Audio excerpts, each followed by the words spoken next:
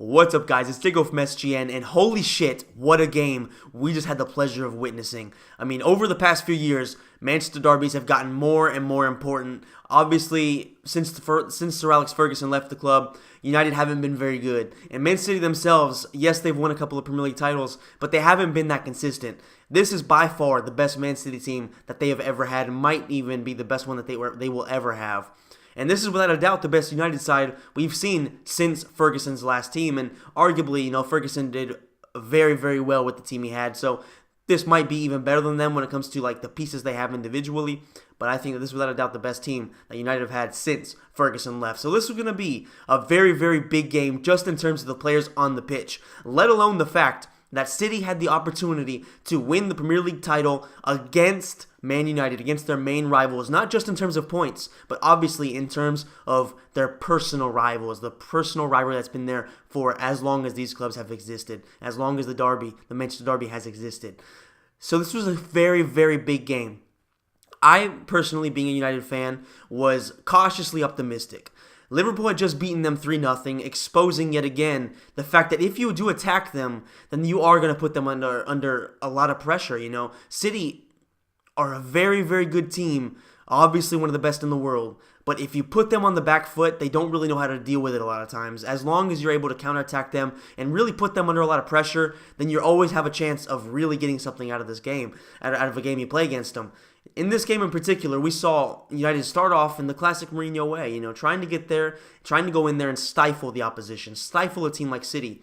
But that's not really, I'm not going to say it's not possible, but it's very, very difficult to play, I don't know how you could say it, like a negative game in the sense that you're not really going to try to attack them. You're just going to sit back, let them come at you as much as they want, and then hope to counterattack. You can't really do that because they have so many talented players, whether it's, Fernandinho on his day is really good. Today he didn't have particularly the best game, but he was definitely, he's a player that can defend very well. He can create some chances. And obviously, Kevin De Bruyne, David Silva, they are their main creators, but they have obviously Sergio Aguero, they have Gabriel Jesus, they have Gundogan. They have so many good players in that midfield and as well as their attackers that you can never be safe. You will never be safe as long as you allow them to spend most of the game in your half. So you just can't do that, in my opinion. And we saw Liverpool do that too. What we saw what Liverpool did to City in the Champions League. They pressured the fuck out of them with the classic club press, and it really did create a lot of problems for them because City can't really deal with that. They have Otamendi, who is a small defender, and he's not even fast. He's slow. He's got some good tackling. Excuse me, I'm a little bit sick. He's got good tackling, but he's not fast enough to really, recoup after making some mistakes, and he's not tall enough to really be able to dominate a player like, say, Paul Pogba, who absolutely bossed him when he decided to, or Lukaku, who didn't really have the best game, but that's probably more like because Vincent Kompany, who is an absolute tower, really had him sort of marked down.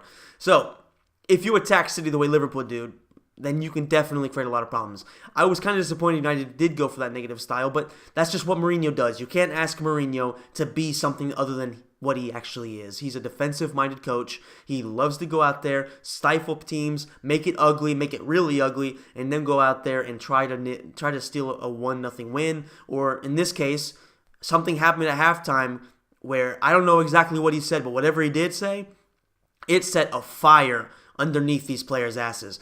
This is without a doubt the best performance United have had under Mourinho and ever since Ferguson was there in terms of, just wanting to turn things around. We've seen this United side a lot of times, whether it's against big teams or small teams, just sort of be, I'm not going to say mediocre because they are above average, but just kind of like just be content with not really going after greatness, being content with just trying to get the 1-0 win, just being content with not giving every single ounce of their being to get the result. Over here at the Etihad, man, in that environment where ever since City got that first goal, the crowd was just on fire. You could tell, like, I was watching on an Italian channel because obviously I live in Italy and all that stuff. And when you watch it on there, the crowd tends to be lower than it is on the English versions. I've seen English versions plenty of time.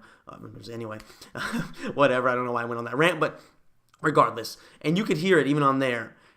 The crowd was that was probably the loudest crowd that Etihad has ever had, without a doubt.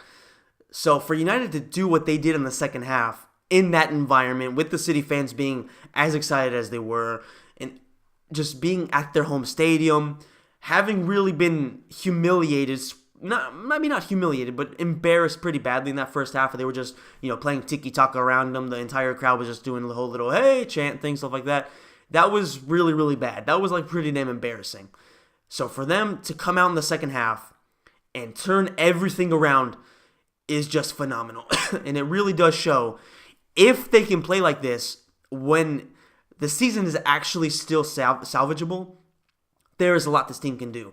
With a few more pieces, obviously the defense is definitely really bad. If you look at that first half, yes, we did only concede 2 goals, but there were so many chances for Sterling. And Sterling, thank fuck for this, he is not a good finisher. He has 16 goals, and that's just a testament to how good City's creation has been. Because this guy misses so many chances that I'm not going to say I could score, but I would say that somebody in a lower championship could definitely score. You take Jamie Vardy, he's going to score every single one of those, and obviously Jamie Vardy is a good finisher, but you get the point.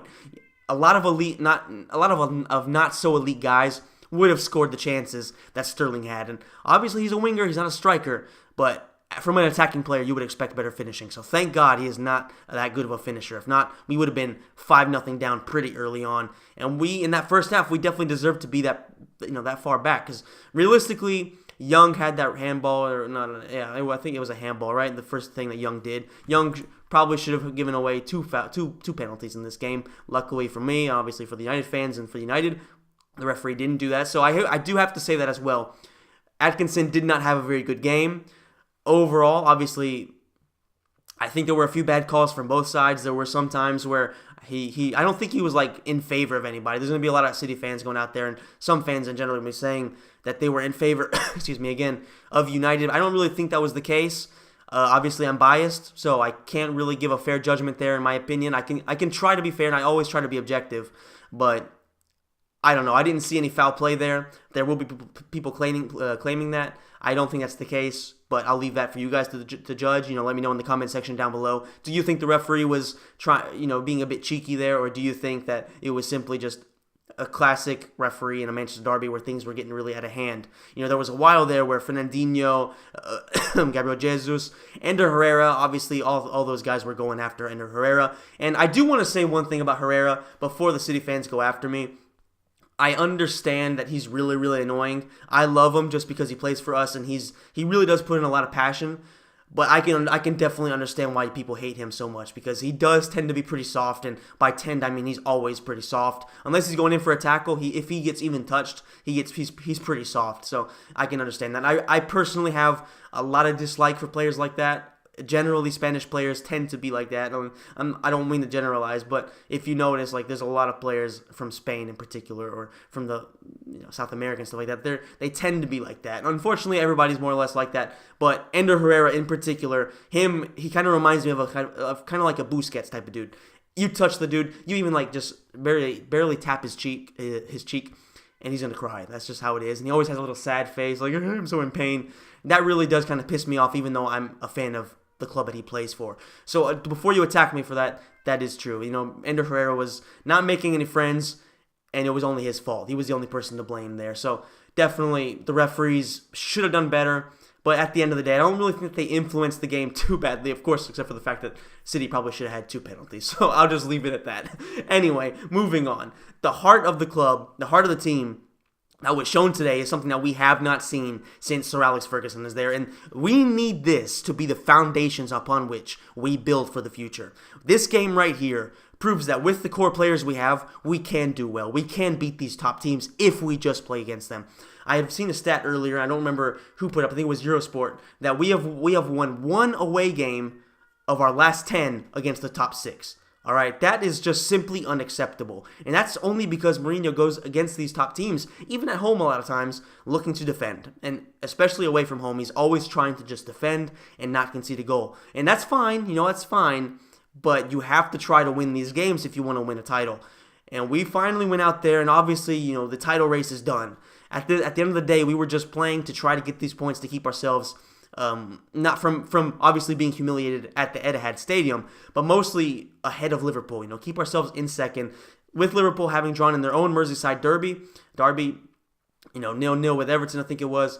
it was very important for us to take the advantage, to get 2 points, move forward, and be comfortable. Especially because obviously Liverpool, unless they have some kind of major collapse, they should be moving on to the next round of the Champions League. Obviously against City, that's never a guarantee. These guys can attack the fuck out of you when they're on their day, man. It's very, very difficult, if not impossible, to stop these guys. Today, in that first half, they were absolutely on their day. Thankfully, I don't know if something clicked in their brain, like, okay, we have this derby in the bag. We are now Premier League champions. We're going to take this momentum. Let's just focus on the next game. At halftime, that may be what was going on. The commentators were mentioning that, and I was kind of thinking that myself. But I'm not going to go ahead and bank on that. I think that Pep Guardiola has been doing this for long enough and is a very intelligent manager. You know, I give the guy a lot of shit. I've gotten death threats and stuff like that before from a video I did calling him kind of trash, but that was just a spur of the moment video. I've obviously nobody that actually likes the sport is going to be dumb enough to claim that Pep Guardiola isn't a tremendous manager. And obviously I believe he is a tremendous manager. He is, if not the very best manager in the world. So that goes without question.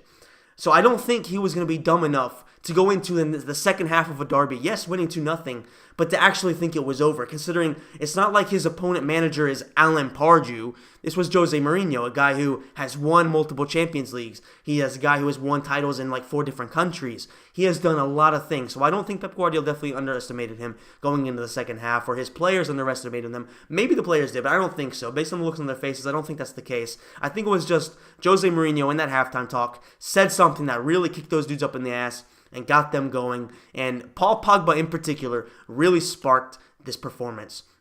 Anybody who has the audacity to say that Paul Pogba isn't capable of being a leader, or anybody who has the audacity of saying that Paul Pogba is not ready to be a leader in a major club like United, like Real Madrid, stuff like that. Anybody who says that, you have to be fucking insane. Because listen, he hasn't had the best season. He hasn't really been looking all that great since he joined United. He's had some really good moments here and there. He's also had some really bad ones.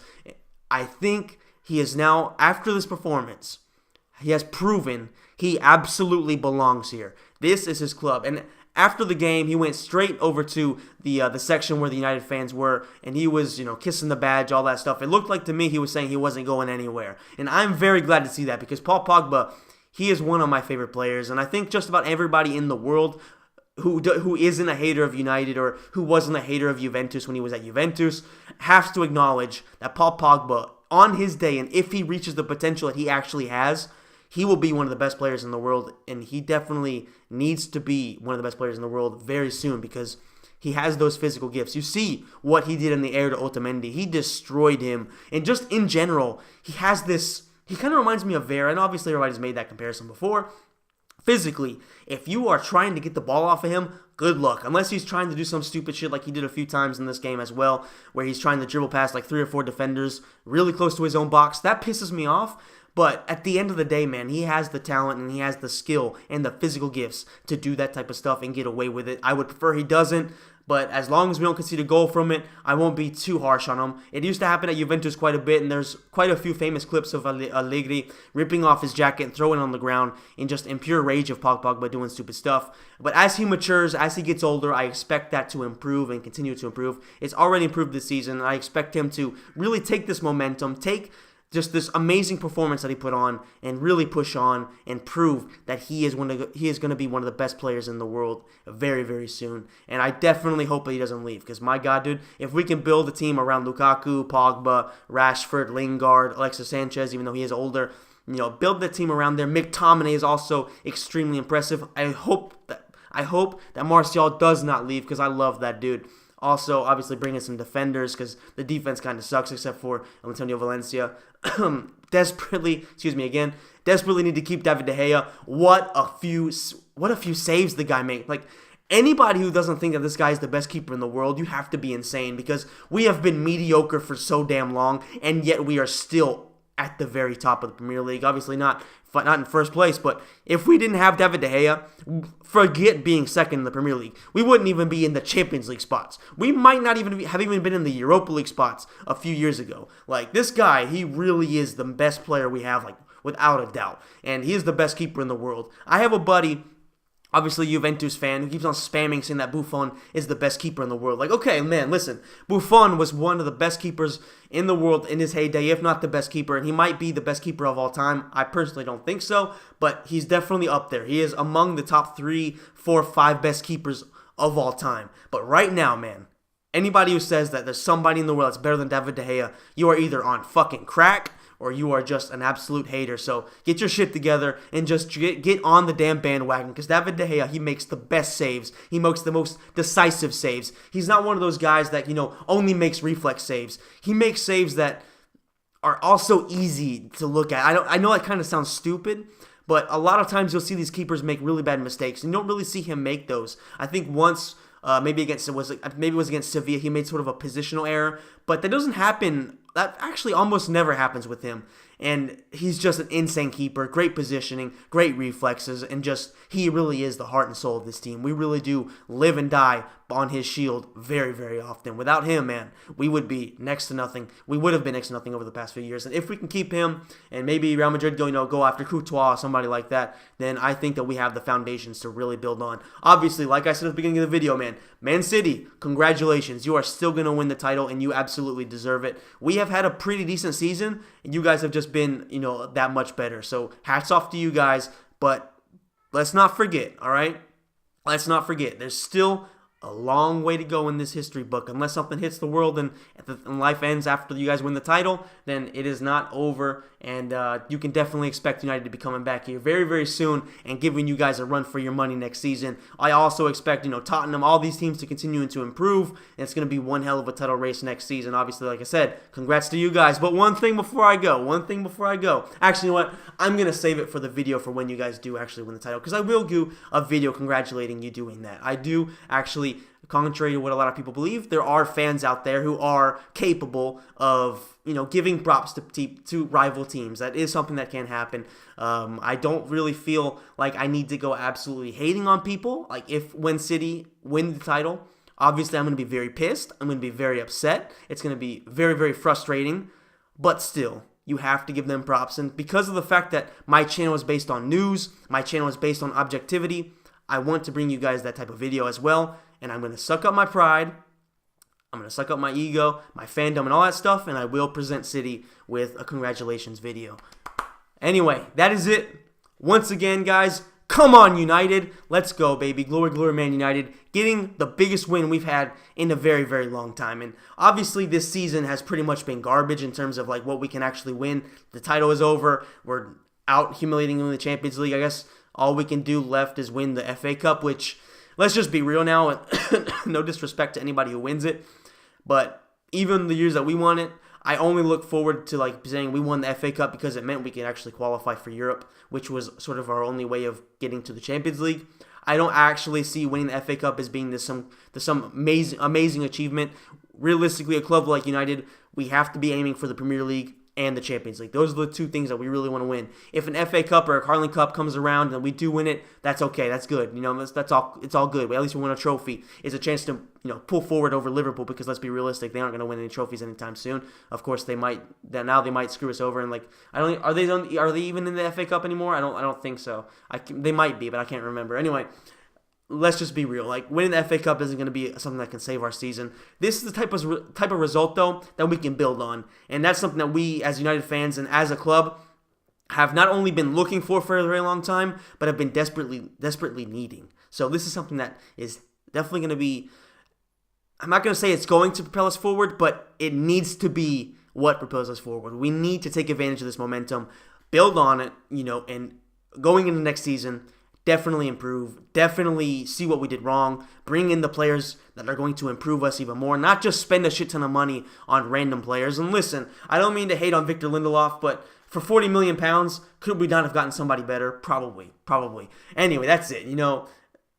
We need to bring in some players that are really going to improve the team defensively. And once that happens, maybe even bring in one extra midfielder. Once that happens, I definitely think that this team we have right now can really compete, especially because we have a lot of young players up front especially. And once they mature, that's going to be a very, very dangerous thing for just about anybody in Europe to have to deal with. So guys, that is it for the video. If you enjoyed it, please smash that like button, soccer kick the shit out of that thing. And also let me know in the comment section down below what you thought of the game, what you thought of the referees, and just your opinions on what this derby actually means for United and for City, I guess, going forward. Is that going to affect them? Is that going to affect them going into their Champions League game against Liverpool?